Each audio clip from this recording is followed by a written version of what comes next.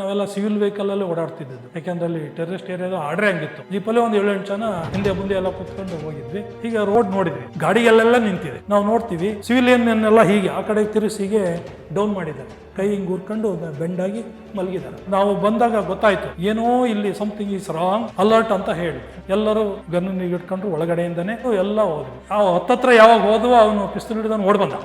ಉತ್ತರ ನಿಚೆ ಗಿಡವನ್ ಅಂತ ಪಿಸ್ತೂಲ್ ಹಿಡ್ಕೊಂಡು ಇಳಿಯರಂಗೆ ನಾವು ಆಕ್ಷನ್ ಮಾಡಿದ್ವಿ. ಎದ್ದಾಗಿ ಟ್ರೇಗರ್ ಹಿಂದಕ್ಕೆ ಕೇಳಿದ್ರೆ ಸೌಂಡ್ ಬರ್ತದೆ. ಯಾವಾಗ ಸೌಂಡ್ ಬಂತಲ್ಲ ಹಿಂದಕ್ಕೆ ಓಡ್ಬಂದ. ಜೀಪಿನ ಈ ಸೈಡ್ ಬಿಟ್ಟು ಮುಂದಕ್ಕೆ ಬಂದಿದ್ಕು ಇವನು ಫೈರ್ ಓಪನ್ ಮಾಡಿದ್ಕು ಸರಿಯಾಗುತ್ತೆ. ಡಬ್ ಡಬ್ ಅಂತ 2-3 ರೌಂಡ್ ಹೊಡೆದ. ಡಮಾರ್ ಅಂತ ಅವ್ನು ಕೆಳಗೆ ಬಿದ್ದ. ಇನ್ನೂ ಒಂದು ಎಕ್ಸ್ಪೀರಿಯನ್ಸ್ ಆಗಿತ್ತು. ನಾವು ರೈಲ್ವೆ ಸ್ಟೇಷನಿಗೆ ಹೋಗ್ಬೇಕಾದ್ರೆ ವೆಹಿಕಲ್ ಅಲ್ಲಿ ಅಟ್ಯಾಕ್ ಆಗಿತ್ತು. ಮೇಲಿಂದ ಫೈರ್ ಬಂತು, ಆ ಗ್ಲಾಸ್ ಮಧ್ಯದಲ್ಲಿ ಬಂದು ಹೀಗೆ ತರ್ಚ್ಕೊಂಡು ಹೊರಟೋಯ್ತು. 98 ನಾನು ಅಲ್ಲಿ ಇದ್ದಾಗ, ತ್ರಿಪುರಾದಲ್ಲಿ ಇದ್ದಾಗ ನಮ್ಗೆ ಅಂತ ಒಂದು ಆಕ್ಸಿಡೆಂಟು ಆಯ್ತು. ಇದಕ್ಕಿದ್ದಾಗೆ ಈಗ ಈ ಥರ ಈಗ ಎಲ್ಲಿ 2 ವರ್ಷದಿಂದ ಇಲ್ಲಿ ಮಳೆ ಆಯ್ತಲ್ಲ, ಆ ಥರ ಸಿಕ್ಕಾಪಟ್ಟೆ ಮಳೆ ಆಯಿತು. ಮುಂಚೆ ಅಸ್ಸಾಂ ಅಂದರೆ ಹೆವಿ ರೈನ್ಫಾಲು ಆಯಿತು. ಆದ್ರೆ ಅಲ್ಲಿ ಒಂದು ಮೀಟರ್ ಗೇಜ್ ರೈಲ್ ಇತ್ತು. ಗೋಟಿಯಿಂದ ಮುಂದಕ್ಕೆ ಬಂದ ಮೇಲೆ ಮಿಜೋರಾಂ ಕಡೆಗೆ ಹೋಗೋ ದಾರಿನಲ್ಲಿ ಅಲ್ಲಿ ಅದು ರೋಡು ಕೊಚ್ಚೋಯ್ತು, ರೈಲ್ವೆ ಲೈನು ಕೊಚ್ಚೋಯ್ತು. ಹೋಗ್ಲಿಕ್ಕೆ ಎಲ್ಲೂ ಅವಕಾಶ ಇಲ್ಲ. ಅವಾಗ ನಾನೇನು ಮಾಡಿದ್ದೆ ಅಂತಂದರೆ ಅಲ್ಲಿ ಕೆಳಗಡೆ ಏನು ಮಂಡಿ ಇರ್ತದಲ್ಲ, ಸಬ್ಜಿ ಎಲ್ಲ ಕೊಳ್ಳೆ ಒಂದು ಇದಿತ್ತು, ಏರ್ ಡಿಸ್ಪ್ಯಾಚ್ ಮಾಡೋ ಇದು, ಅಲ್ಲಿಗೆ ಹೋಗಿದ್ದೆ. ಇವ್ರದ್ದು ಒಂದು ಟೀಮ್ ಅಲ್ಲೂ ಇರುತ್ತೆ, ಯಾರ್ದು ನಮ್ದು RT ಬ್ರಿಗೇಡ್ದು ಕೂಡ. ಅವರು ಕೆಲವರು ಬಂದಿದ್ರು, ನಾವು ಹೋಗಿದ್ದು. ನಾನು ಉಳಿದ ನಮ್ಮ ಕೆಲವರು ಜೂನಿಯರ್ಸ್ ಎಲ್ಲ ಬೆಟ್ಟದ ಇದರಲ್ಲೇ ಇದ್ರು. ಹೋದ 1 ದಿವಸ 2 ದಿವಸಕ್ಕೆ ಎಲ್ಲ ಕೊಚ್ಕೊಂಡು ಹೋಯ್ತು. ಮೆಸೇಜ್ ಬರೋಕ್ಕೆ ಶುರು ಆಯಿತು. ನಮ್ಮ ಹುಡುಗರು ಫೋನ್ ಮಾಡಿದ್ರು, ಸರ್ ಈ ಥರ ಆಗಿದೆ ಲೊಕೇಶನ್ನು, ಯಾವುದೇ ಕಾರಣಕ್ಕೂ ಬೈ ರೋಡ್ ಇಲ್ಲಿ ಬರೋಕ್ಕಾಗಲ್ಲ, ಇಲ್ಲಿ ರೋಡು ಇಲ್ಲ, ರೈಲು ಇಲ್ಲ, ಏನು ಮಾಡಬೇಕು ಈಗ ನೀವೇ ಯೋಚನೆ ಮಾಡಿ ಸರ್, ನಾವು ಇಲ್ಲಿ ರೆಡಿ ಇದ್ದೀವಿ, ಅಲ್ಲಿ ಡಿಮ್ಯಾಂಡ್ ಎಲ್ಲ ನಾನು ಇದರಲ್ಲಿ ಇದು ಮಾಡ್ತೀನಿ ಎಷ್ಟೆಷ್ಟು ಅಂತ ಹೇಳ್ಬಿಟ್ಟು ಅಲ್ಲಿಂದ ಬೇರೆ ವ್ಯವಸ್ಥೆ ಮಾಡಬೇಕು ಅಂದರು. ನಾನು ಕಂಪ್ನಿ ಕಮಾಂಡ್ರಿಗೆ ಫೋನ್ ಮಾಡಿದೆ ಹೀಗೆ ಅಂತೇಳಿ. ನಮ್ಮ ಅದೃಷ್ಟಕ್ಕೆ ಅಲ್ಲೊಂದು ಏರ್ ಡಿಸ್ಪ್ಯಾಚ್ ಯೂನಿಟ್ ಇತ್ತು ನಮ್ಮದೇನೆ. ಅವ್ರಿಗೆ ಫೋನ್ ಮಾಡಿದ್ರೆ ನಾವು ಹೋಗಿ ಕಾಂಟ್ಯಾಕ್ಟ್ ಮಾಡ್ತಿದ್ದೆ, ನೋಡ್ರಪ್ಪ ನಾಳೆ ಸಿಚುಯೇಷನ್ ಬರ್ಬೋದು, ನೀವು ಏರ್ ಡ್ರಾಪ್ ಮಾಡಬೇಕಾ ಬರುತ್ತಲ್ಲಿ ಆ ಒಂದು ಬ್ರಿಗೇಡ್ ಹತ್ರಕ್ಕೆ, ಹೇಗೆ ಮಾಡೋದು ಅಂತ. ನಮ್ಗೇನು ಆರ್ಡರ್ ಕೊಟ್ಟರು ನಾವು ರೆಡಿ ಇದ್ದೀವಿ ಸರ್, ನಮ್ಮ ಡ್ಯೂಟಿನೇ ಅದಲ್ವಾ ಅಂತ ಹೇಳಿದರು. ಅಲ್ಲಿ ನಮ್ಮ ಕೆಲವು ಕೂಲಿಕ್ಸ್ ಇದ್ರು, ಜೂನಿಯರ್ ಕನ್ಸರ್ನ್ ಆಫೀಸರ್ಗಳು ನಮ್ಮ ಜೊತೆ ಇದ್ದವರು ಇದ್ರು. ಸರ್ ಯೋಚನೆ ಮಾಡಬೇಡಿ, ರಾತ್ರಿ ಆಗಲಿ ಹಗಲಾಗಲಿ ನೀವು ಹೇಳಿ ಅಷ್ಟೊಂದು ರೆಡಿ ಮಾಡಿ ನಾವು ಪ್ಯಾಕ್ ಮಾಡಿ ಅಲ್ಲಿ ಡ್ರಾಪ್ ಮಾಡೋದು ನಮ್ಮ ಡ್ಯೂಟಿ. ಏರ್ ಡ್ರಾಪ್ ಮಾಡೋದು ಹೆಲಿಕಾಪ್ಟ್ರಲ್ಲಿ. ಆಮೇಲೆ ಎಲ್ಲ ಫಾರ್ಮೇಷನಲ್ಲೆಲ್ಲ ಮಾತಾಡಾಯಿತು. ನಮ್ಮ ಕಂಪ್ನಿ ಕಮಾಂಡ್ರು ಕಣ್ಣಲ್ಲೂ ಇವರೆಲ್ಲ ಮಾತಾಡಿದ್ರು. ಓಕೆ ನೀವು ವೇಟ್ ಮಾಡಬೇಡಿ, ಸಿಚುಯೇಷನ್ ಅದು ಸದ್ಯಕ್ಕೆ ಆಗಲ್ಲ, ನೀವು ಅಡ್ವಾನ್ಸ್ ಏನೇನು ಡ್ರಾಪ್ ಮಾಡಬೇಕು ಮಾಡಿಸಿ ಅಂತ ಅಂದರು. ಅಲ್ಲಿಂದ ಡ್ರಾಪ್ ಮಾಡಿಸ್ತು. ಹೆಚ್ಚು ಕಡಿಮೆ 1 ತಿಂಗಳು 1.5 ತಿಂಗಳು ಆಯಿತು. 1.5 ತಿಂಗಳೆಲ್ಲ ಏನಾಯ್ತು, ರೈಲ್ವೆಲ್ಲಿಂದ ರೆಡಿ ಮಾಡೋಕ್ಕಾಗಲಿಲ್ಲ. ರೋಡನ್ನು ಟೆಂಪ್ರವರಿ ಬೆಟ್ಟಸ್ ಜೊತೆಗೆ ಲೈಟ್ ವೆಹಿಕಲ್ಲು, ಜೀಪು, ಜೋಂಗ, ಸಣ್ಣ ವೆಹಿಕಲ್ಲು ಅಥವಾ 2 ವೀಲರ್ ಓಡಾಡಾಗ ಮಾಡಿದರು ಅರ್ಜೆಂಟಿಗೆ, ಯಾಕೆಂದರೆ ಪಾಸ್ ಆಗಬೇಕಲ್ಲ ಅಂತ. ಕನ್ಫರ್ಮ್ ಆಯಿತು ಸಣ್ಣ ಇದು ಅಂತ. ಆಗ ನಾವೆಲ್ಲ ಸಿವಿಲ್ ವೆಹಿಕಲಲ್ಲೇ ಓಡಾಡ್ತಿದ್ದು, ಯಾಕೆಂದ್ರೆ ಅಲ್ಲಿ ಟೆರರಿಸ್ಟ್ ಏರಿಯಾದ ಆರ್ಡರ್ ಹಂಗಿತ್ತು. ಸಿವಿಲ್ ಬಟ್ಟೆನಲ್ಲಿ ಸಿವಿಲ್ ವೆಹಿಕಲಲ್ಲೇ ಓಡಾಡಬೇಕು, ಎಲ್ಲೇ ಹೋದ್ರೂ. ಒಂದು ಕ್ಯಾಂಪಿಂದ ಇನ್ನೊಂದು ಕ್ಯಾಂಪ್ಗೆ ಹೋಗಬೇಕು ಅಂದರೆ ಹಾಗೆ ಹೋಗಿದ್ದು ನಾವು ಜೀಪಲ್ಲಿ ಒಂದು 7-8 ಜನ ಹಿಂದೆ ಮುಂದೆ ಎಲ್ಲ ಕೂತ್ಕೊಂಡು ಹೋಗಿದ್ವಿ. ಅವ್ರು ಹೇಳಿದರು, ಒಬ್ರು ಕ್ಯಾಪ್ಟನ್ ಇದ್ರು, RT ಅವರು ಹೇಳಿದ್ರು, ಈಗ ಹೋಗಬೇಕು, ನಾವು ಹೋಗ್ತೀವಿ, ಬರ್ತೀರಾ ಅಂತ.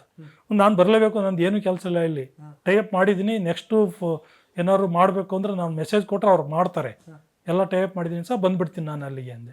ಸರಿ ಅಂತ ಜೀಪಲ್ಲಿ ಹೊರಟ್ವಿ.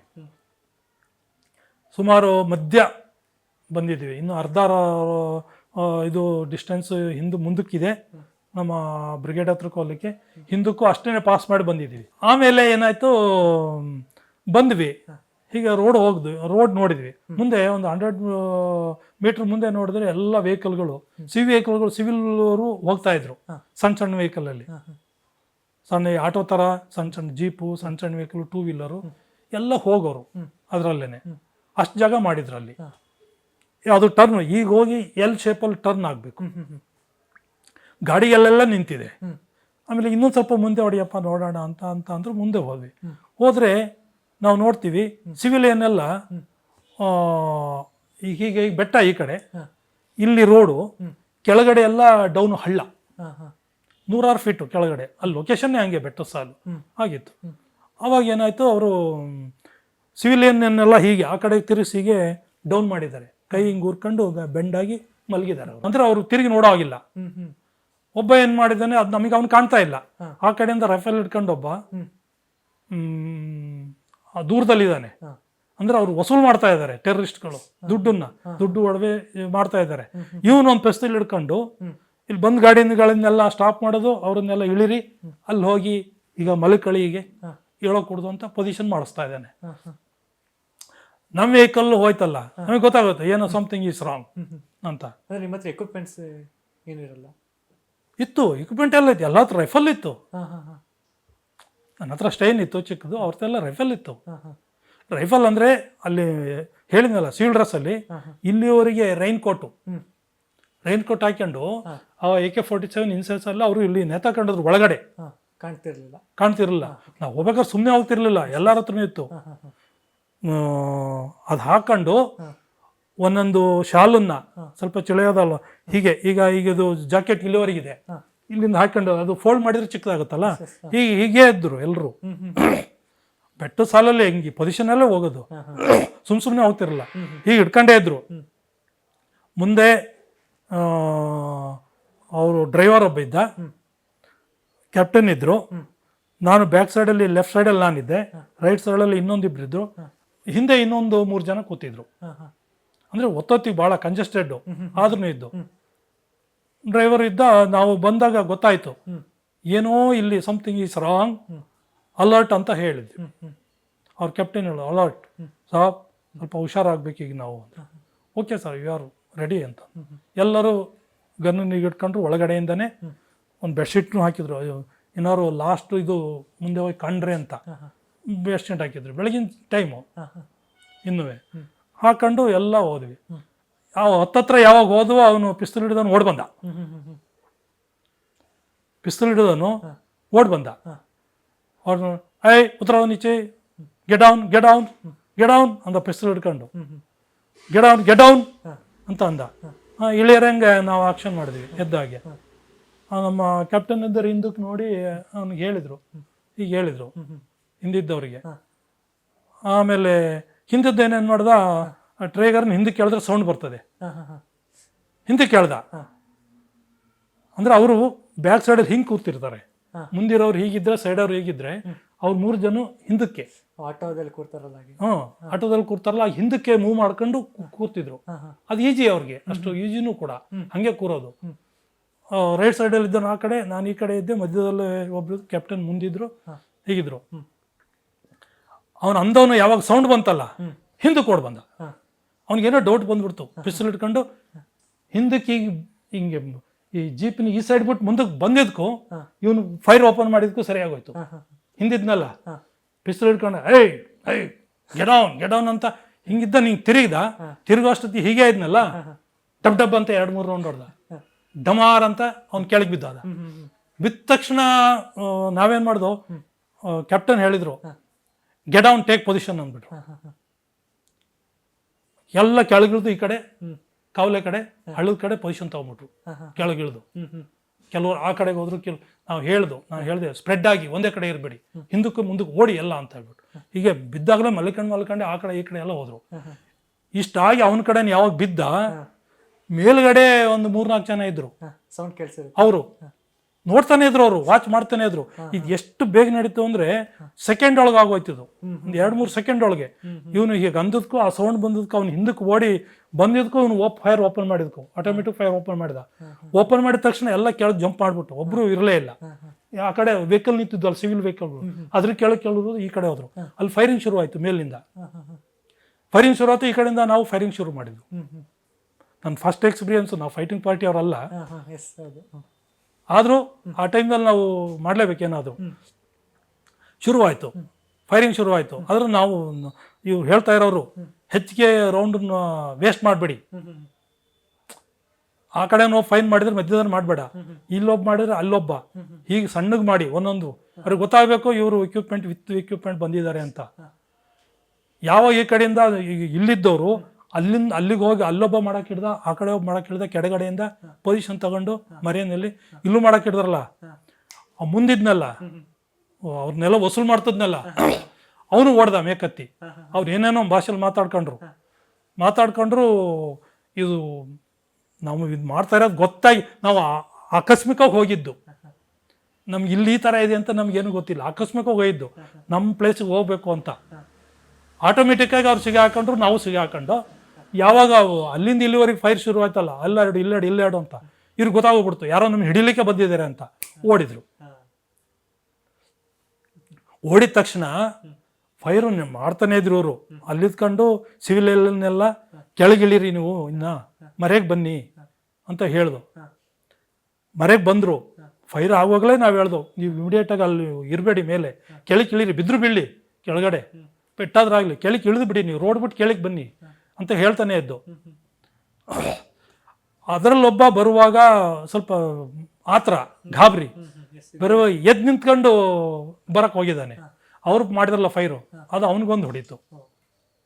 ಅವನೊಬ್ಬ ಕ್ಯಾಜುಯಾಲಿಟಿ ಆಯಿತು. ಇನ್ನು ಉಗ್ರವಾದಿ ಒಬ್ಬ ಬಿದ್ದು ಹೋದ.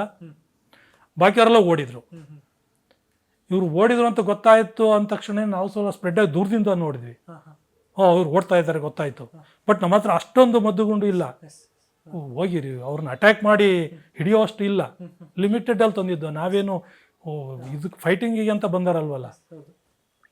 ಆವಾಗ ಏನಾಯ್ತು, ಅಲ್ಲಿ ಯಾರೋ ಬೈಕ್ ಇತ್ತು ಸಿವಿಲಿಯನ್ದು, ಆ ಬೈಕ್ ತಗೊಂಡು ಕಳಿಸ್ತು ನಮ್ಮ ಕ್ಯಾಂಪಿಗೆ ಹೋಗಿ ಹೇಳು, ಪ್ಲಸ್ ಪೊಲೀಸ್ ಸ್ಟೇಷನ್ಗೆ ಹೇಳು ನಿಯರೆಸ್ಟು ಎಲ್ಲಿದೆ, ಹೆದರ್ಕೋಬೇಡಿ ಅವ್ರು ಹೋದ್ರು, ನೀವು ಹೋಗಿ, ನಾವಿದ್ದೀವಿ ಅಂತ ಹೇಳ್ಬಿಟ್ಟು ಕಳಿಸ್ತು.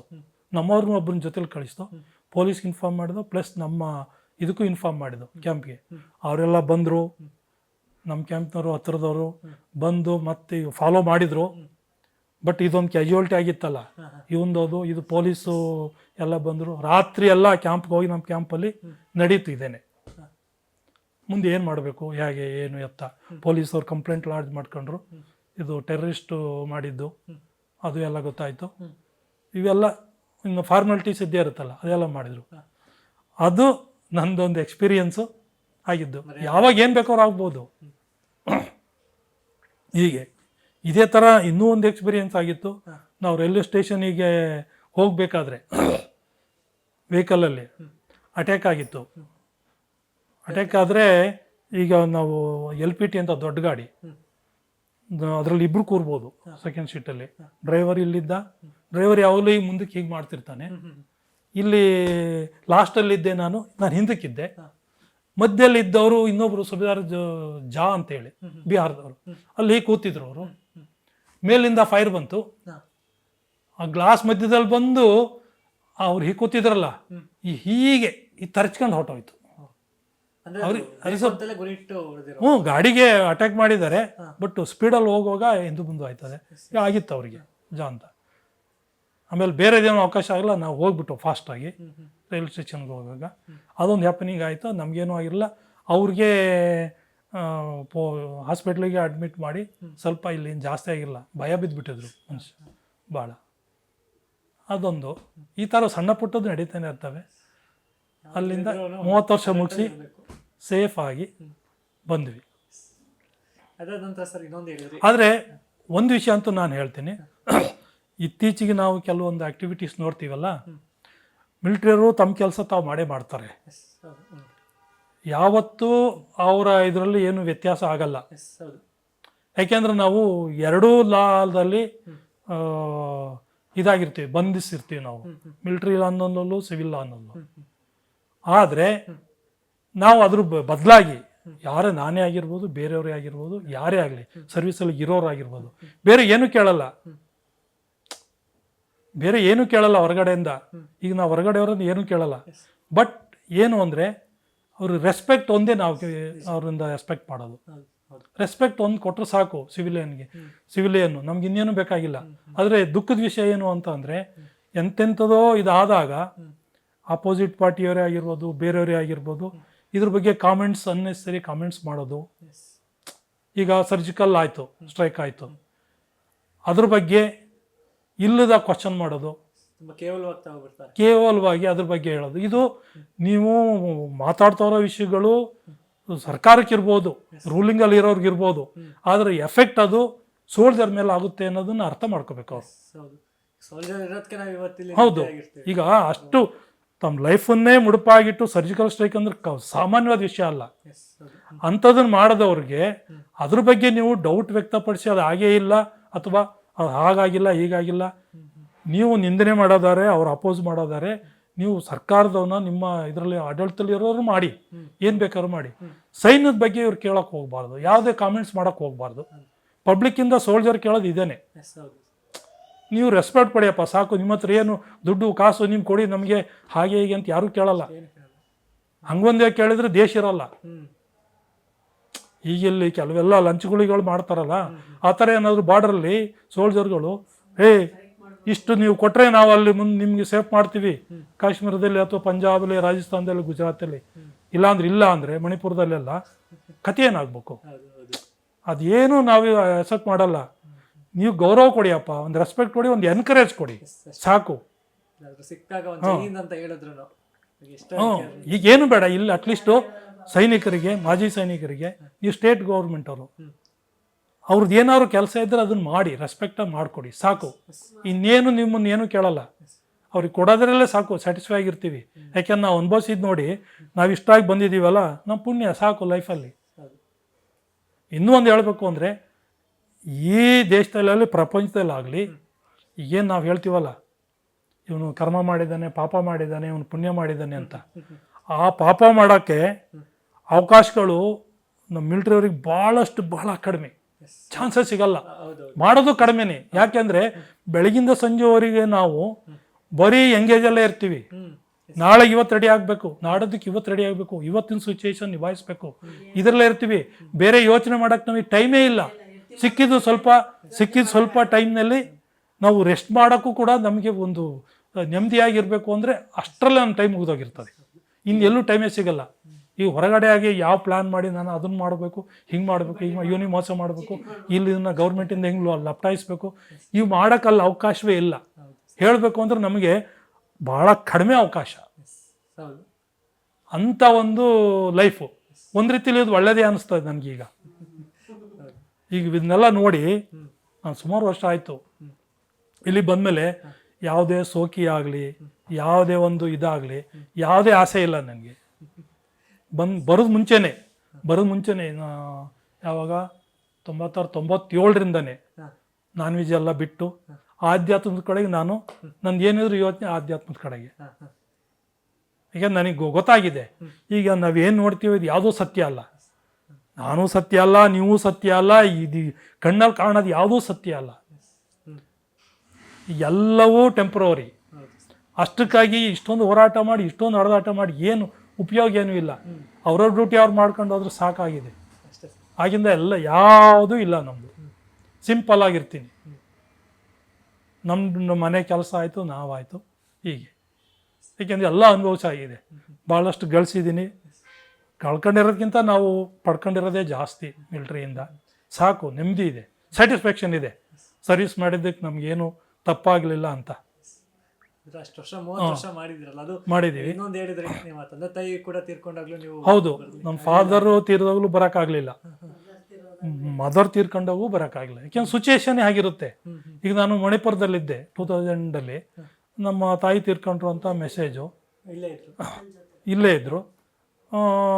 ಯಾಕೆಂದ್ರೆ ಅಲ್ಲಿ ತುಂಬ ಇದ್ರ ಏರಿಯಾ, ಅಲ್ಲಿ ನಮ್ಮ ಜಮೀನಿತ್ತಲ್ಲ, ನಾನು ಹೇಳಿದ್ನಲ್ಲ, ಹೋಗಿ ಸೆಟ್ಲ್ ಆಗಿದ್ದೀವಲ್ಲ ಅಲ್ಲಿ ಲ್ಯಾಂಡಲ್ಲಿ. ಅಲ್ಲಿ ಯಾರೂ ಇರೋಲ್ಲ. ನಮ್ಮ ಇಬ್ಬರು ಬ್ರದರ್ ಮಕ್ಕಳಿದ್ದಾರೆ ಅಷ್ಟೇ.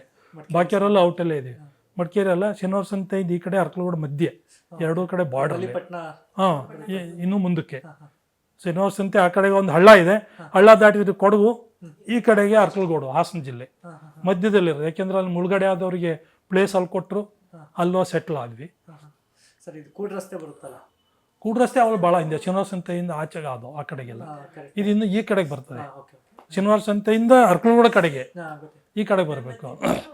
ಹಾಂ, ಅಲ್ಲಿಂದ ಆ ಥರ ಇದರಲ್ಲಿ ನಾವು ಕೇಳೋದಿಷ್ಟೇ. ಆಗಲೂ ನಾವು ಬರೋಕ್ಕಾಗಲಿಲ್ಲ. ಯಾಕೆಂದರೆ ಈಗ ವೀಕ್ಲಿ ಒನ್ಸು ಫ್ಲೈಟ್ ಇತ್ತು, ಅದು ಹಿಂದಿನ ದಿವಸನೇ ಹೋಗಿತ್ತು. ಅವತ್ತು ನಾನು ಹೊರಟ್ರೂ ಯಾವುದೇ ಕಾರಣಕ್ಕೂ ಬರೋಕ್ಕಾಗಲ್ಲ, ಬೈ ರೋಡ್ ಬಂದು ತಲುಪೋಕ್ಕಾಗಲ್ಲ. ನಾನು ಹೇಳಿದೆ, ನೀವು ಅದೇನು ಡೆತ್ ಸೆರೆಮನಿ ಮುಗಿಸಿ ಫರ್ದರ್ ನಾನು ಇದಕ್ಕೆ ನಾನು ರೀಚ್ ಆಗ್ತೀನಿ ಅಂತ. ಆವಾಗ ಆಗ್ತಾನೆ ಆ ಟೈಮ್ನಲ್ಲೇ ಸ್ವಲ್ಪ ಎಸ್ ಟಿ ಡಿ ಕಾಲ್ಗೆ ಅವಕಾಶ ಇತ್ತು. ಆದ್ರೂ ಎಸ್ ಟಿ ಡಿ ಬೂತ್ ಹೇಗಿತ್ತು ಅಂದರೆ ಒಂದು ನಿಮಿಷಕ್ಕೆ ₹100 ಬಂದ್ಬಿಡೋದು. ಎಸ್ ಟಿ ಡಿ ಕಾಲಲ್ಲಿ ಬೂತ್ ಇರೋವಲ್ಲ ಆ ಥರ ಎಸ್ ಟಿ ಡಿ ಕಾಲ ತುಂಬ ಇತ್ತು. 1-2 ನಿಮಿಷಕ್ಕೆ ₹100 ಕ್ರಾಸ್ ಆಗಿರೋದು ಗೊತ್ತೇ ಆಗ್ತಿರಲ್ಲ ಸ್ವಲ್ಪ ಮಾತಾಡೋದ್ರೊಳಗೆ. ಅಂಥ ಟೈಮ್ನಲ್ಲಿ ಮೆಸೇಜ್ ಮಾಡಿದೆ, ಬರೋಕ್ಕಾಗಿಲ್ಲ.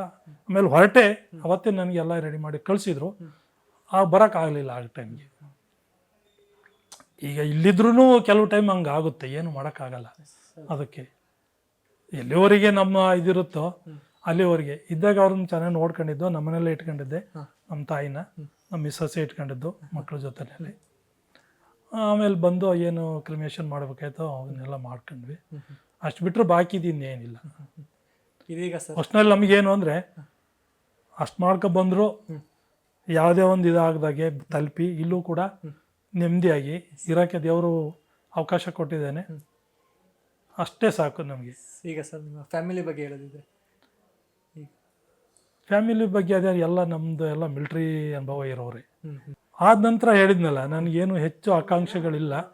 ಮಕ್ಕಳು 3 ಜನ ಇದ್ದಾರೆ, 2 ಹೆಣ್ಮಕ್ಳು, ಒಬ್ಬ ಗಂಡು ಮಗ. ಮದುವೆ ಆಗಿದೆ, ಹೆಣ್ಮಕ್ಳು ಒಬ್ಳು ಹಾಸನದಲ್ಲೇ ಸೆಟ್ಲ್ ಆಗಿದ್ದಾಳೆ.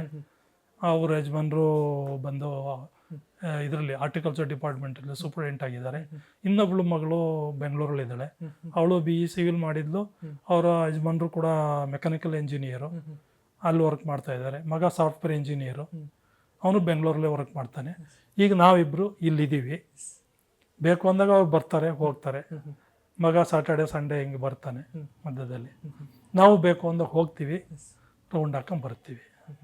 ನಾನು ತಿಳಿದ ಮಟ್ಟಿಗೆ ನಾನು ಎಕ್ಸ್ಪೀರಿಯನ್ಸಲ್ಲಿ ಹೇಳ್ತೀನಿ, ಸೌತ್ ಇಂಡಿಯಾದಲ್ಲಿ ಭಾಳ ಕಡಿಮೆ ರೆಸ್ಪೆಕ್ಟ್. ನಾರ್ತ್ ಇಂಡಿಯಾಗೆ ಹೋದರೆ ಒಂದು ಕಾಲದಲ್ಲಿ ನಾವು ಜಮ್ಮು ಬಿಟ್ಟು ಆಚೆಗೆ ಹೋದರೆ, ನಮ್ಮ ಸೈನ್ಯ ಯುದ್ಧಕ್ಕೆ ಹೋದರೆ ಹೋಗುವಾಗ ಪಂಜಾಬು, ಹರಿಯಾಣ, ಹಿಮಾಚಲ್ ಆ ಕಡೆ ಎಲ್ಲ ನಾವು ಮಾಡಿದ ಊಟನ ಅವ್ರು ಊಟ ಮಾಡೋಕ್ಕೆ ಬಿಡ್ತಿರ್ಲಿಲ್ವಂತೆ.